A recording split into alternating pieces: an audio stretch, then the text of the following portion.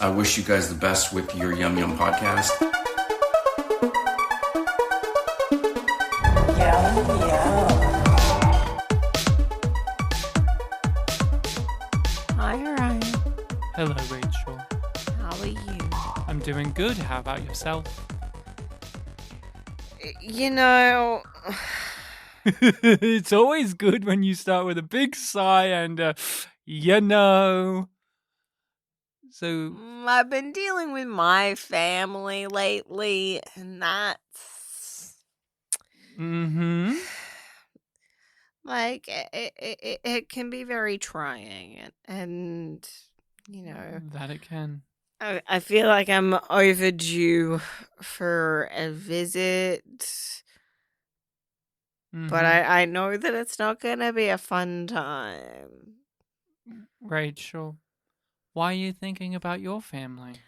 Because of this episode of Killjoys, of course. This episode and the previous were about family. Were about dealing with one side of your family. In the previous, it was the long lost mother, and in this one, it's the abusive father. And there's all so much happening here on this episode of Killjoys. And I understand, you are going through quite a lot. I'm going through quite a lot. And this season of Killjoys is doing so much. And yet, we're in such a strange place to think that the next episode that we will talk about after this will be the penultimate of the season. It just doesn't... It does feel like we're ready for that, but also does not feel like we're there yet. So... that is the case, but how about, Rachel, you ground yourself? How about you bring yourself down to reality, to the here and now, and remind us all who we are and what we do here on Yum Yum Podcast? We are Yum Yum Podcast because of a line of dialogue from Star Trek Discovery. See any other episode, basically, for a further explanation of that. But this is my first episode that I'm listening to. Maybe I want to hear you say it. An individual says it in season 2. Who? Why? What's Yum Yum? What do you mean they say it? I don't think anybody listening to this podcast for the first time would give a shit. Are you sure Michelle Lovretta might be listening to our podcast? This is her first episode, and she doesn't know why we're called this. She's like, what? What do you mean it's Star Trek Discovery? I think they'll be like, why the fuck does she not want to explain why they're called Yum Yum? I think that's one of the mysteries, that when people enter the podcast, they're like, what's this Yum Yum all about? It's not just a throwaway thing, Rach. It's the key. It's the key, and we'll explain it further, because Yum Yum is the name of our podcast, but it's a key tenet of our approach to media analysis. And we'll get there. I am watching Killjoys for the first time. Ryan, my husband, who is so sweetly antagonizing me already, is rewatching it for the first time. How about we get down to business? I have a summary here. This is Season 4, Episode 8. It Takes a Pillage. Isn't that a fun little title, Rachel? And like you last week, I have a very simple breakdown here. Okay? Most of the cast this week take a nap. Meanwhile, the Jacobys deal with their family dramas. Also... Dutch is in the episode too. She gets a plot. Yep. I think you can get the vibe of how this episode landed with us both, with just that summary there. But how about we get into that Yum Yum tenant that you were talking about, Rachel? What is Yum Yum to us, and how do we look at media, especially Killjoys, with that Yum Yum lens? Yum Yum was a moment that took us by surprise, but also didn't. The nature of it was familiar. The particular package that it was delivered in was unique. It was a line of dialogue that did not belong where it appeared.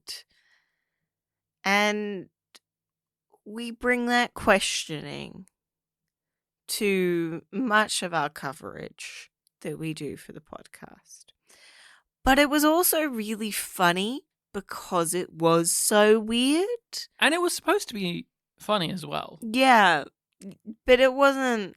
We laughed more at it than with it. I agree. So for our coverage of Killjoys, Ryan selected that we do the yum yum laugh of each episode. So it's the thing that brought us the most joy. Oh, they even referenced the money joy in this episode, which I feel doesn't get referenced all that much in the show. No, it really doesn't. So what made us laugh? What made us smile? We film our reactions, and you can find those on YouTube in part or in full over on our Patreon. And there were several things that we found humorous in this episode. There were quite a few standout moments. And so I'm curious, what was the thing for you in It Takes a Pillage? There were things that made me genuinely laugh. But looking back at it, the thing that stands out as being like, oh God. And just brings a smile to my face. And I laugh at it. Mm-hmm. Zeph being like, Tab, you catch on fire. Mm-hmm. When she is upping her hologram nature to be super bright so that it's super hot so that she can cause fire to set off alarms on Lucy. While she's on mute, which is also a fun detail. The mute gag was pretty good. Just seeing It was. the actress who plays Zeph just screaming but with no sound. That was very good. I laughed a lot, as did you, with the moment of Johnny and his father and Dav. They were having this whole back and forth exchange, and the dad's just like, oh, well, Dav, you're the great one, and, Johnny, he sucks. It's like, hey, you don't know what I do. I'm like an amazing Killjoy bounty hunter. And the dad just very flippantly but fly accurately around and get drunk and get into shit fights and just, yep, that's it. Damn, you got me. Okay.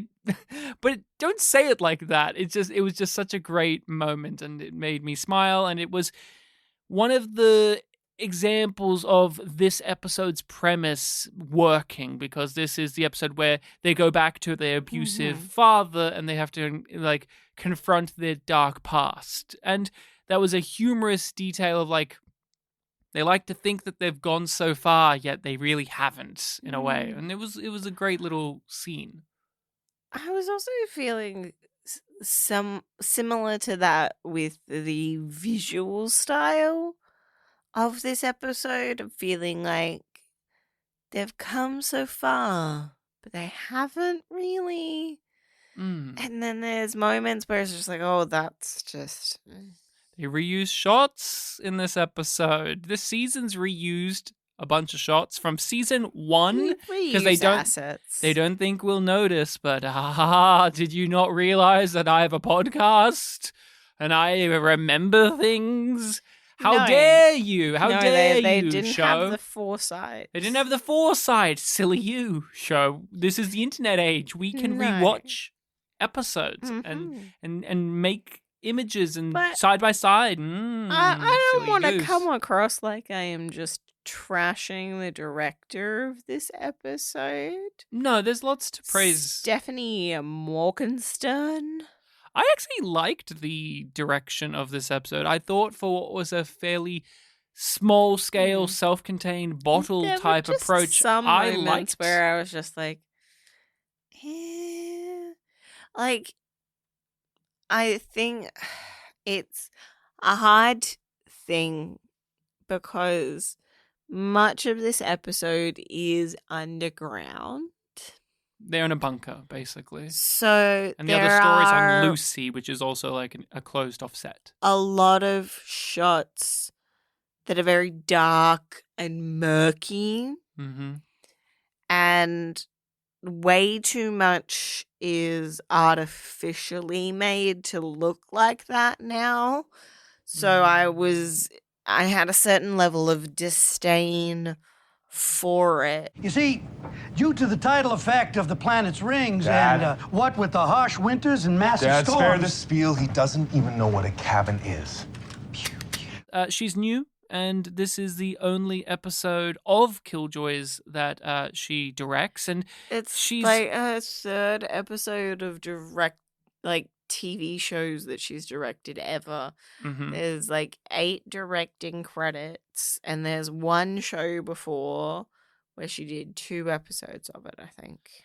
eclectic career Stephanie has. Yeah, started Probably- off as an actor and moved into, was it Writing, writing first producing, and then directing. Yeah, she wants to try it all, which good on her. I mean, she's still doing all, respect and she's the still. hustle. And when you say moved on, she's still doing all of these things. Oh yeah, She's still acting, she's still producing, she's still writing, she's still every now and then doing directing. It's not just it's not I've moved on. It's she adds a slash. Yeah, and quite the career. So one of the things I noted was she is the creator of Flashpoint, the Canadian crime show, cop show, which we've seen pretty much 95% of the actors in this series be a guest spot or a mainstay or whatever the case may be a cast member on that show. Like with any crime show, it's a revolt. Like any cop show, procedural crime show, it's a great place for working actors to get a gig. And so she made that series. She also co-created a few other things here and there. She's, as we stated, directed a few things. But yeah, she's acted in a whole lot of stuff as well. And one of the things that she acted in was Tropical Heat, which was the Miami PI type, Magnum PI type show that Rob Stewart was the lead of in the 90s. So she got to act with him in that, and then here we are. She's now directing a show that he's one of the main players in. He's not in this episode, but it's that thing of, oh, how kind of fun that is. These Canadian actors just swimming around in this same production cruise and all of that. Just it's the industry, so they're going to have overlaps in these things. And so very interesting. I wouldn't have objected to seeing her direct another episode. My issues don't come so much from the direction of this episode, but more so the writing, where the writer of this is even more perplexing because they are on the show all of the time. They are here all of the time, Derek Robertson, as a script editor, a supervisor. They're always here as a story editor. But this is, I do believe, their first time being a credited writer for an episode. And that's a different beast. Being there to guide scripts and things like that is different to having to sit down and do it yourself. And so that stands out to me because we've had other episodes that have been handled by the script editors, story editors, the people who are always here looking at these stories, these episodes, these plot, these characters, and they usually have such a strong, unique voice when they do episodes on their own. Yeah, it was the only written by credit So far. that I saw on his IMDb. I think he has one next season. I may be mistaken, but I think he does. Well, Killjoys was the only one. Full written. Yes. And you'll be glad to hear, Rachel, that although we may have some problems with Derek's script this episode, he did put some bitches in. Bitch, yeah. Because every episode of Killjoys, for the most part, will include the bitch in there. They'll drop a bitch. This one, only 2. But for season 4, that's a really high number for some odd, strange, confounding, befuddling reason, but he did put 2 in, so good job. But I didn't notice. Did anyone get kicked in the genitals this episode? No. Sure? Not one of the Hullens? Did Charlie get kicked in the vag? Did she get a cunt punch? Why you gotta do this to me? I'm just making sure that we are keeping to the strict format of making sure if anyone got kicked in the balls or pussy. But you watched the episode with me. I would have made a big fucking deal if somebody got kicked in the groin in any fashion. Okay. We'll keep your word on that.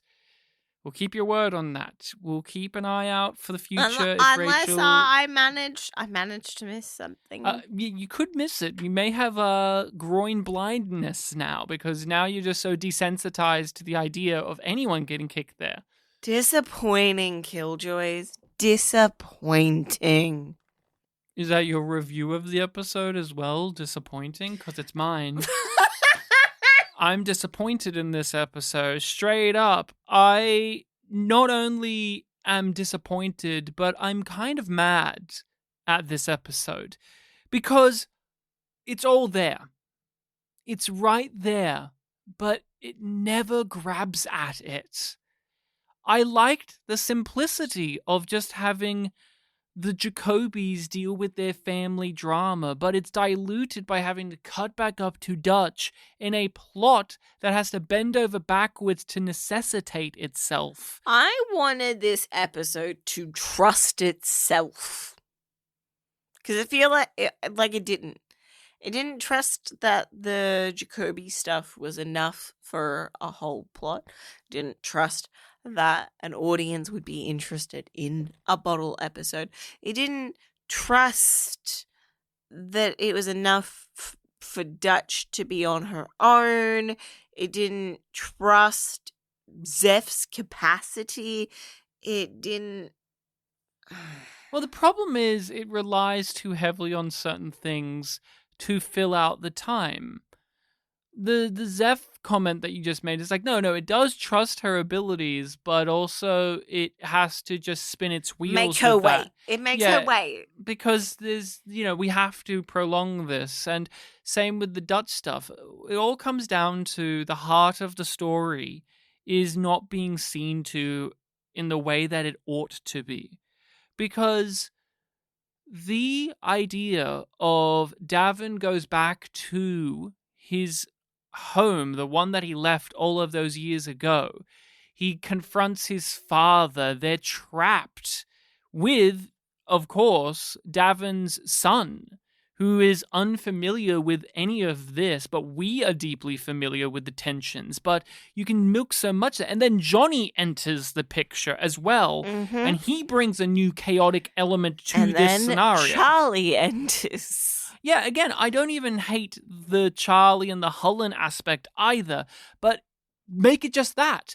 I think that the location was actually, like, in terms of the set design, filled to the brim with interesting little details that they could have just sat with. It made me reminiscent for Old Town. Because in Old Town, there were layers of production design that made it feel really lived in. And we haven't had that sense in a while. Like, we have it on Lucy, but it's different when it's a spaceship. It's weird because this season we haven't been in the home environment, which is Old Town, which is Pre's bar. Those things, the rack, all of those things have been taken away or they're at a distance from us. And Lucy is an interesting environment because although I like the character and I don't mind the actual visuals of it, we aren't in this season hanging out in any particular environment that makes it feel like a home. Well, we all say and do crazy things, which is why I'm stuck above Talon, and the spore isn't in your lab right now. What does that have to do with anything? Look, I get that it's super sexy, but you take way too many risks, Dutch. And you're too bloody overprotective. Lucy, mute there. This episode's too late in the season. That's one big problem that sticks out like a sore thumb, because we're needing to follow that momentum of the overarching at this point. Yeah. And this does feel like a bit of filler. If it was more characterful and more locked in, we, especially us two who love the character side of any given show rather than necessarily plot side, would be more forgiving of it. Even if it was like Davin not running away, but like they have a disagreement about going back to Talon and the risks of that for Davin, for Jack, for them all, rather than it being what it is.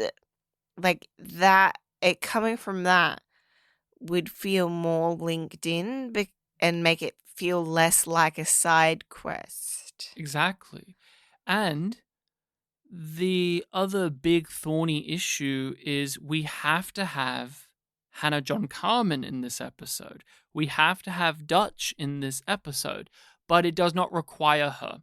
It does not need her to be here. Maybe as like a, hey guys, you go off and do your thing. I'm going to drop you off, or I'm above. Go have your sleepover. Or I'm above monitoring the weather. You know, you can have her do that thing, but she doesn't need her own story here. No. But she does. But she does, because it's Dutch. And we've already done one episode this season where she wasn't really in it, so that's enough. Yeah. I agree with you. Like, it doesn't... It's in a weird place in the season because they are having to spin so many plates. But also it wouldn't make sense earlier in the season. No. You can't have this episode be any earlier, really. And you can't have it be any later. I'm very confident in that, not having seen the rest of the season. The only solution I could imagine would eliminate Johnny entirely, which is you have this episode flipped with the one that we just came off of. You have this episode just be Davin and Jack and his dad. And that's it. And then that is followed by the one we just went off of dealing with Dutch's mum, because that is a huge character-driven episode, but also it gives us details about the world, the lore, and where we're going with the rest of the season. So it makes sense to do that rather than do that, then stop and have this little divot of an episode. Mm-hmm. This episode is so frustrating because it does feel like there's so much potential here.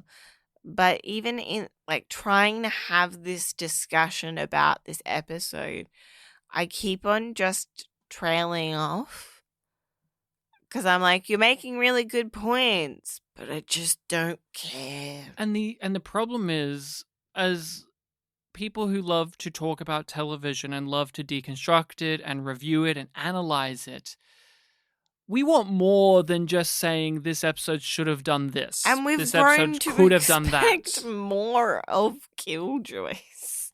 Like, very much. I'm like, yeah, I could say that, or I could, critique that. But this episode does what it aims to do. And it feels very much like they had the end point in mind. And then they worked backwards from that. Jack needed to hand over the MacGuffin that will find Elsea. Mm-hmm. We need that to happen. We need the three of them to be reunited. We need development hint or an acknowledgement, at least, of the super weapon that Klein left for them. And Dav and Dutch's romance rekindling after having conflict with one another. That's another thing you need to bring in before the season comes to an end. And so where does that go? I don't know. The episode where Dav deals with his dad? Question mark? Question mark? Question mark? When it really feels like that plot element should be a whole episode onto itself. Because Dav left not for some flippant, illegitimate reasoning. Him and Dutch had a proper fallout and huge conflict that should not be resolved as swept away. Yeah. And it's just like, well, no, like, I don't understand why either of these people would have changed their minds in between them being reunited and them having that conversation. I disagree with you saying both. Because it's clear Dutch, but Davin, unknown. True. But I feel like Dutch, her view on herself has changed, but we understand, but okay, I'm feeling conflicted about that in particular because it felt like a stretch for Dutch with the place that she's at to lean so heavily into being a Klein-like parent. It made sense, but it also felt like a regression, but that felt purposeful. Exactly. So it does feel not. It doesn't gel nicely with me that now she's back to where she was. Well, it's like it feels too much like they're flipping a switch. That's the thing of on a level I see that frustration you're having, but also I see the work that they're putting in with her. Since that incident, she's been in denial of her accountability, of her responsibility, of her abuse that she's gone through. She denied that in these episodes, even though it's been confronted by exterior forces and internal forces within herself as well. And in this episode, the plot with her and Zeph is not really about the superweapon spore MacGuffin that Klein has left behind. That is a means to an end. That is just a vehicle for Zeph and Dutch to talk to one another. But what they're trying to do is to have Dutch be super aggressive in her need to push others away. And Zeph is being super aggressive in attacking that personality trait. And that is supposed to tie into Dutch's denying of all of her accountability and so on and so on and so on. The huge issue, though, is it's not a real story in this episode because we're just being told this. They just say these things aloud to one another. Zeph just literally says the message, the theme, continuously throughout the episode. The first time she says it is no different in impact to the last time she says it. It's the exact opposite of what we were praising about, say, for example, the character development of Weege, in which every scene and every episode we have with him gives us something deeper and something new.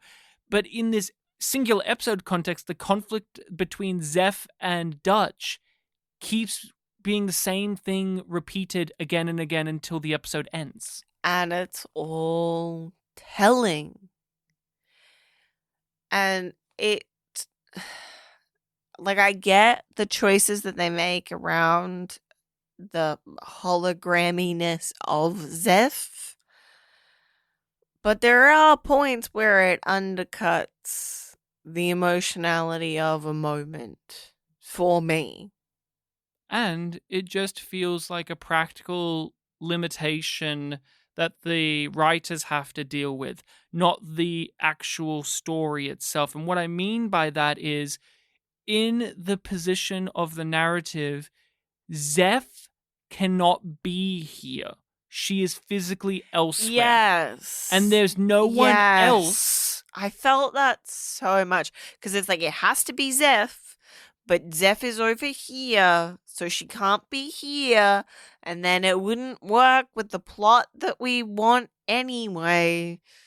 It's just, like, it feels cheap. You gagged me and forced me to almost watch you die. So what do you call that? Teamwork. Anyway, I say it calls for a drink. Still a hologram. Maybe you could warm it up for me. I kind of fancy a hot toddy. Too soon. I get that risking everything for everyone is what you do, but literally shutting out the people that care about you when all they're trying to do is save your life is not so badass. With all of this said, Rachel, we do have all of this to be a way for Dutch to realize her failures and shortcomings in this season and be able to open up for to... once, it's not because of Johnny that she realizes it. Yeah. And she opens up to Dav. And in our reaction, you and I had a bit of a disagreement or a bit of a chinwag about how legitimate is her point of view. You say that. I remember having that conversation. I do not remember their conversation exactly, except that I was just like, well, okay, so Dutch has just changed her mind, and Dav has also changed his mind? Accepted her. Yeah, because it's just like, well, it did work out that Jack had some capacity to defend himself. That was necessary. But it's like Dav agreed with that in the first place, while also wanting to protect his son. A part of Dutch's issue here, and this has been in the last couple of episodes, is that Dav left. That Dav, of all people, made the wrong choice. And that her anger and her resentment and her problems come from Dav making the wrong choice. Dav didn't choose her. And she has taken that as she's inadequate and that she's unable to be considered a healthy, normal person because she is seen as broken because Dav cannot trust her with his son. And so she takes that as an offense personally. And now she's come to this point where it's like, I feel comfortable to tell you that. And he's like, well, that's great. And I'm like, yes, that's good and all, but I don't think that's the real problem here. Like, the problem is you tried to make his son into a weapon. You didn't try and equip him. Yeah. You tried to make him equipment. And he rightfully said, no, this is not the right thing and I'm not going to abide by it. And he left. Everything about Dav and the choices he has made were correct from my point of view as a viewer. And so any kind of weird lip service from Dutch, even in this conversation with Dav, where she's like bringing up how he made wrong choices too, or he made questionable decisions. I'm like, no. But I'm like, is that meant to link into the exploration of why Dav really joined the army? Because that doesn't work for me if it was the point. We can talk about that. I still am trying to chew on what that is all about. But I think there's, and maybe I'm just being, I don't know how to describe it. Maybe I'm just being uncharitable here. But I do think because Dutch is our main character, and we're supposed to sympathize with her. We're supposed to understand her more. I think this episode and this plot thread in general is banking on me siding with her a lot more than I actually am. And when we get to this point, I'm just not happy that they're back being all cozy. Kissing. They kiss.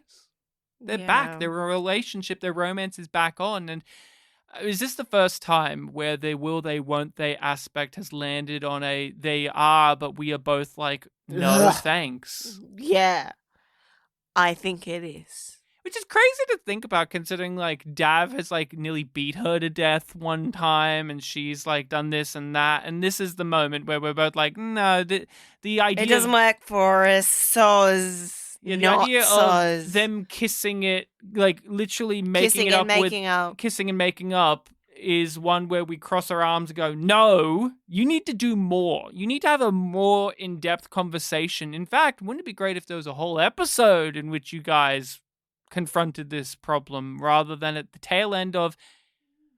You mean like what Dutch had with Johnny after he left? Yeah, exactly. It's just an odd thing where this is the episode where this conflict ends, or at least is met at this point in a way in which the characters can literally embrace again.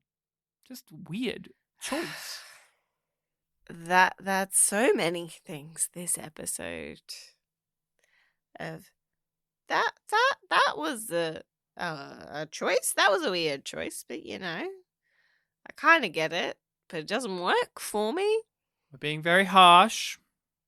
I want to give some positives here.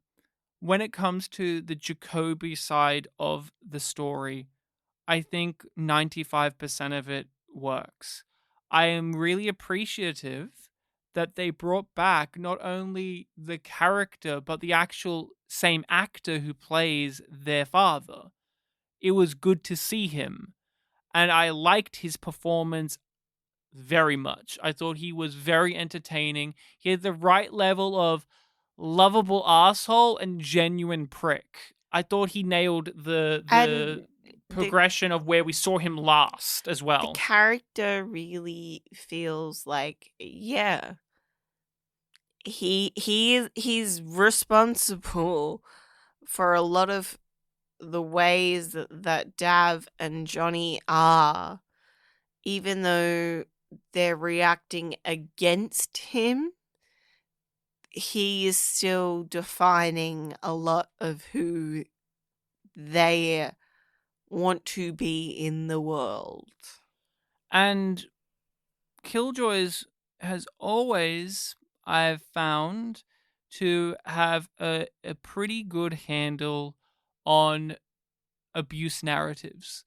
And we know all about Dutch's abuse. We've talked about it many times, but the Jacobys, they've also suffered abuse. They've suffered family abuse with both of their parents. And this episode tackles that. It gets into that even more. We get a little bit about their mum, but it's more about their father. And something that was really striking about this episode is he, as a character, he wants to put them down. He wants to push them away. He wants to degrade them. He wants to just be a bully, but he also wants to be proud of them. He wants them to prop him up. He wants them to be a positive reflection upon himself. And that type of, like, it just gives you a headache of how it feels like all of those things collide off of each other, is such an apt take on abusive father figures or parental figures, where it really can be such a whiplash in which I want they you hate to be you, good enough, but you can never be good enough. Because you can never be better than me, but you should be better than me so that I can be proud of you. You can be better than me, which shows that I'm the best. And in a way, I'm better than you, because you wouldn't be as good as you are if it wasn't for me. And it's like, what? This ownership of people. Really, really well handled. And that both Johnny and Dav can't help but regress when they're in his presence, as much as they want to believe that they can show off that they're better now, that they have progressed as people. But when they're in his orbit, they can't help but fall back in to those familiar patterns. That plays out in an interesting way with Charlie as well, because I feel like that's another aspect to getting the Jacobys to regress. To bring in this other person from their past and see what the consequences of this world have been on her. Mm-hmm. Charlie, the former flame for Johnny, especially. Charlie, full for it. My dad's still busting your ass for breaking curfew and molesting my brother? Oh, no, now I do the busting. The Jacoby brothers back on Talon, God help us all. We're also available for bachelorettes and birthdays. It's weird the way that they try and play her, because at no point did I believe that she was going to be a good person. Like, we were like, well, she's going to get fridged. That was our prediction, and we were wrong. She was a turncoat instead. She sold them out, which... But then it's like, but we can run away together, Johnny. My kids have grandparents. It's fine. Like, what? What are you meant to be doing here, Charlie? Did you think that would actually work? Would you actually abandon your children? Does she have children? Yeah. How much of anything she said is true? Charlie is the weird part of this side of the story, because we are in a locked cabin underground with Hullens on our ass, but the real danger is this intergenerational powder keg ready to blow. We have Jack. We have Jack as this odd figure who is unaware of all of this stuff at play with with his dad, his uncle, and his grandfather. He doesn't even know he had a grandfather. He doesn't understand any of this. And his innocence and naivete brings out noble traits and monstrous traits in every single one of them, because they want to show Jack that everything's okay. But that brings about so many dire things. And then Charlie enters. This old flame from the past who's now emulating the life of their abusive father. And I gotta ask, like, okay, let's even get past the fact that she's a villainous turncoat that's working with the Hullen. What does just that first part of her being the old flame who's emulating their dad offer to that story? I'm not sure. I'm really not sure. Because I didn't think about it in that way until this conversation. I was like, oh yeah, they make a big deal about how he was the sheriff, and then she turns up as the sheriff. And all of her justifications for her shitty actions are the same justifications pretty much for his shitty actions of the past. Like, I'm stuck here and I'm resentful of you having dreams and going out, and it's not so easy. Was the joy really for her drinking problem?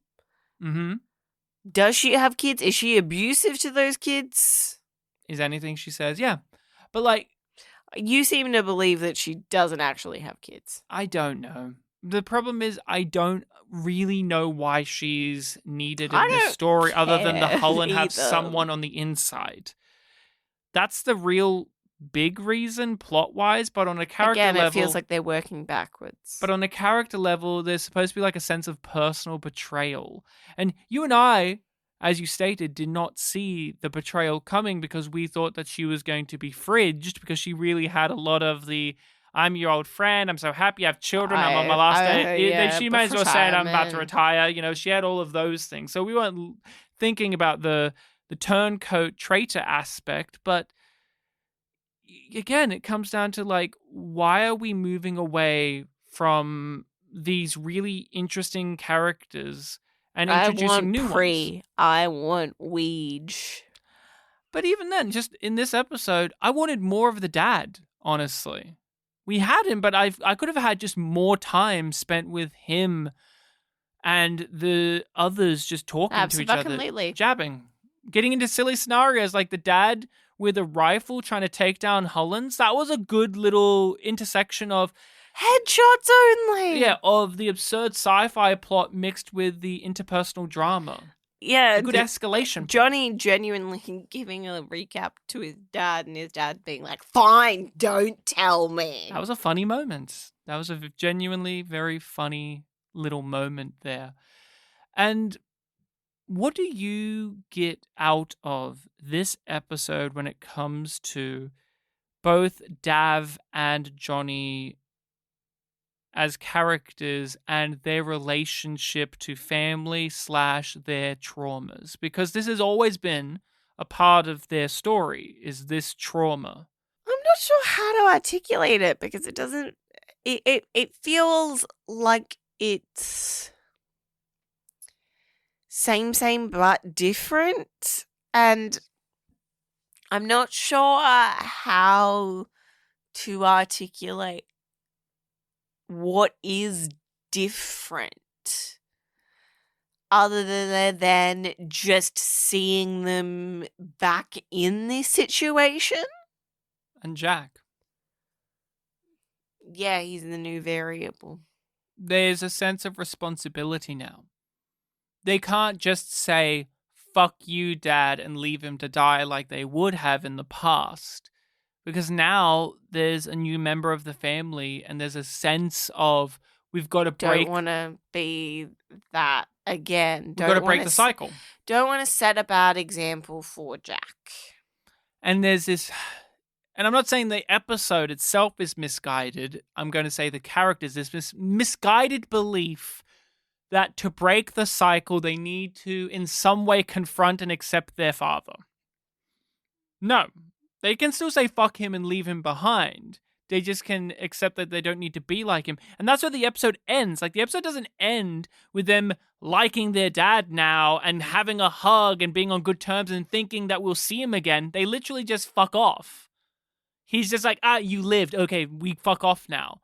And I think that was beautiful. I was worried that they were going to have you're a bit of a hard ass, but I thought there was going to be, a little bit too much of a sentimentality here and this naive belief that to stop this generational cycle, we have to look back on the abuses of the past and forgive them. And no, this episode is just, we confronted the fact that he was like this. We are recontextualizing how we feel about it now, but we're not washing it away. We're not just going, he actually made us who we are. That's a good thing. No. It has a little bit of accept the apology you'll never be given about it. Which is fine by me. Yeah. Yeah, I think it's a very valid way to explore the continued impacts of abuse. Let's break open Dav's military history and how this episode wants to recontextualize that.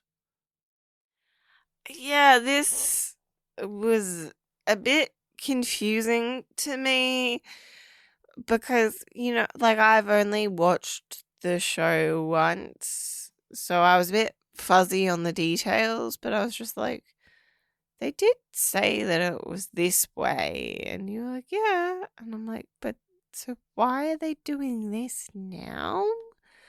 And in the way that they're doing it. Well, how about you unpack what you've understood to be Dav joining the army and what this episode is putting forth? My understanding was that Davin was given an ultimatum of jail or join the army. Like, those are your two options. You can't stay here. Fuck off either way. Mm-hmm. And then that is Johnny discovering that this episode? Mm-hmm. But they reveal it like it is a reveal to us, the audience, when Davin has that conversation with his dad. And when I was like, wait, I thought we knew this. When he details it to Johnny. So from what I understood, I took it more as in the past, Davin chose to go to the military on his own volition, that he decided because he couldn't take living here anymore and the abuse of Johnny, and that he was going to snap, that he was going to kill his dad. And he had this idea, this naive idea that, you know, I got to be a good guy, and a good guy fights for the army. Then that's what he went and did. And this episode is saying, no. Some of that's the case, but it was he couldn't take it and he almost killed his dad. And his dad, being the sheriff, was such a hard ass that he said, you either have to do what I say or I will arrest you. And Davin chose to not be arrested, making it more of a selfish option, but selfless option because he has no choices. But in the previous iterations of what we understood, there was this level of like Davin chose a more selfish option and left Johnny behind. Like there was more of an ownership on it. This kind of takes off that ownership because what could he do? Abandonment. Yeah. But I never got the sense that it was Davin running away from Johnny. No. Not like... That's what Johnny felt. Johnny felt that way, but I never believed that that was the truth. Okay. So does this end point follow through on that stance then? Yeah, like this didn't feel like new information to me. Well, for me, I feel it's not so much new information, but it's just recontextualizing the lack of choice Davin had. You're an asshole. Johnny, I know things were harder for you when I left. No, you're an asshole because you never told me the truth. You never gave me a chance to say this.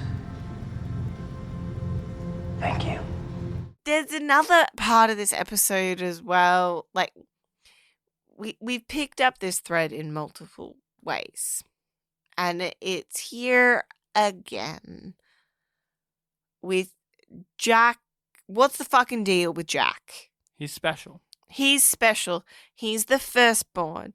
They make a big deal about it. The Hullen is talking, and then there's the kill switch. So it stops Davin from torturing him more. To get more answers, yeah.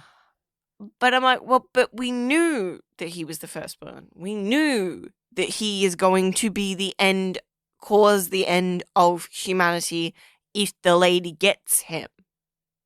Well, that's the interesting thing. I think we don't know that per se because at the end of season 3, it was, this will be the way that the Hullen nullify us. They won't need humans anymore if they can reproduce themselves. But season 4 has made it somewhat more clear that the lady is not interested in that per se. She's interested in breaking out. And Jack's important for when she breaks out, what she's going to do going forward. And what this episode is also playing around with is Jack has like foresight abilities, like he has future sight. And for someone like the lady, he remembers things before they happen. Yeah, and I imagine for someone like the lady who's all about like having memories which are things of the past. Yes, that would be something. Two halves of the whole. Yeah, it would be two halves of that. Like how powerful that would be. But yeah, Jack is like. Here's the thing. I like Jack. I do too. even though he's the magical child and there's this question of like, what's his deal and what's his powers and all of that, he's a very entertaining character. This kind of shit is why I think that you wouldn't mind that particular storyline in Buffy. Which one? The one where there's a magical sibling. Oh, is that Faith? Dawn? Dawn. So there's too many characters with like annoying names in Buffy. Buffy? Spike? Does anyone Angel? have a normal name in Buffy? Willow. No. Xander. Nope. Xander's a fish. Giles. Nope. Does the mum have a normal name? Is she just something? She just has something a little bit normal. Cordelia's not a normal name. No. These are not normal names in Buffy, huh? No. They're all like new agey hippie. I get it. It's dealing. It's the 90s. It's dealing with the supernatural as well. So having a character called Willow makes sense. That's fine. But I just wanted a character to be named like Rob. What's Seth Green's character's name? Oh. The werewolf boy. See, maybe we need to start a Buffy podcast. And then we can end it all. See, we're already moving away from this episode to talk about much more interesting things because the interesting story here is just not the focus. I want it to be more about Jack overcoming his fear and becoming an adult in quotations. Like, this episode is dealing with what is it to be a man, and it's not afraid to say that there's both a positive and negative outlook on what that statement means. It's not just Oz. The Great and Powerful? No, that's Seth Green's. So no normal name. Oz, come on. No, he's a werewolf. He's a woo! And he's Seth Green. That's also a weird detail to throw in there. Look, I feel like I'm rambling here and you're out of juice. Is there anything else you want to say about this episode? Anything that leapt out to you, or things that you feel like it was trying to say or did do successfully or failed?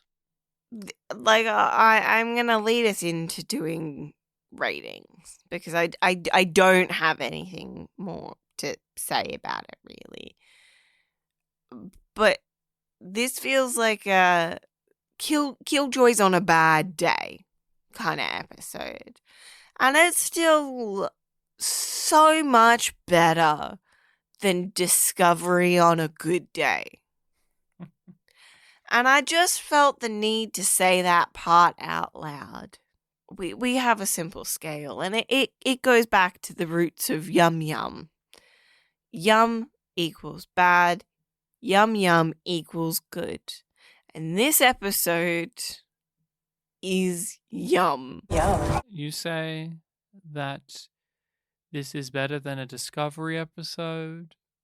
That's a hell of a statement to make. This is a yum. Yum. Hey, Rachel, how does it end? Do you remember how the episode ends? The dramatic sting to get us excited for the next episode? Dutch's back starts to burn and she gets a weird, creepy symbol because Anil is being tortured. And that's the symbols that it were on... looks like the writing on Helen. Yeah, right. It's not a very exciting through line because it's just a random arbitrary thing that's thrown in, and that's kind of this episode. It's just kind of arbitrary things thrown at you. Charlie's here, she's a traitor. Not a very satisfying ending to her. We just kind of arrest her. It's Freddy from Hannibal. It was Freddy from Hannibal. I recognize, and she was of course Babbage from The Expanse. I recognize that small, thin, red-headed woman anywhere. She's got such a distinct look about her. Literally, if you go to our reaction right now, you can see me like within 0.5 of a second be like, that's Freddie Lounge. Like, I instantly was like, as soon as she took off her helmet and revealed her hair, I'm like, there's only one little redhead Canadian that looks like that, and it's her. And it was funny to see her. Very funny. What do I think we might get from the next episode? Do you want to hear the title of the next? No, I want to do some predictions first. Okay. Obviously, if they're immediate, I might revise them after. But I think Dulcea will appear. Where is she? I don't know. We know that she's in the J, I think. We know that she didn't head back to Crash. But she's in the J somewhere. So I'm going to say that she's on Arkham. We haven't been there in a while. We haven't been there in a while. I think we're going to They get bombed everything there, didn't they? Yep. Okay. But I think she's going to go back to where it started. Sure. That's just my guess, because I don't think it's going to be Westerly. I think they're gonna be hatching a plan to go get the kids, because I feel like they've didn't check in on that, and Garrett's going to be antsy about it. But I feel like that plot point is going to be in the penultimate episode. Which is the next episode. Yeah.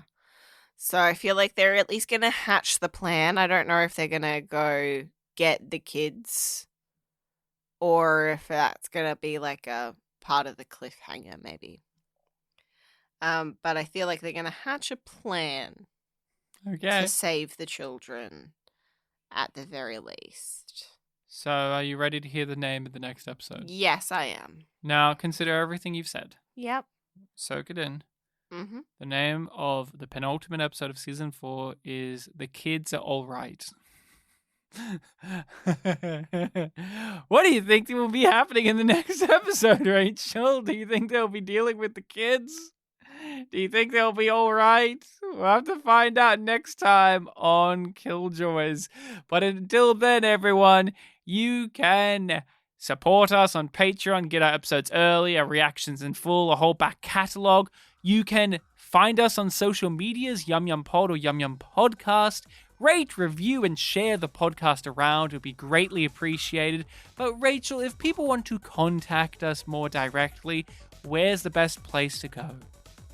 If you're not a patron, yumyumpod@gmail.com. If you are, hit up that private Discord. That is it from us. Bye.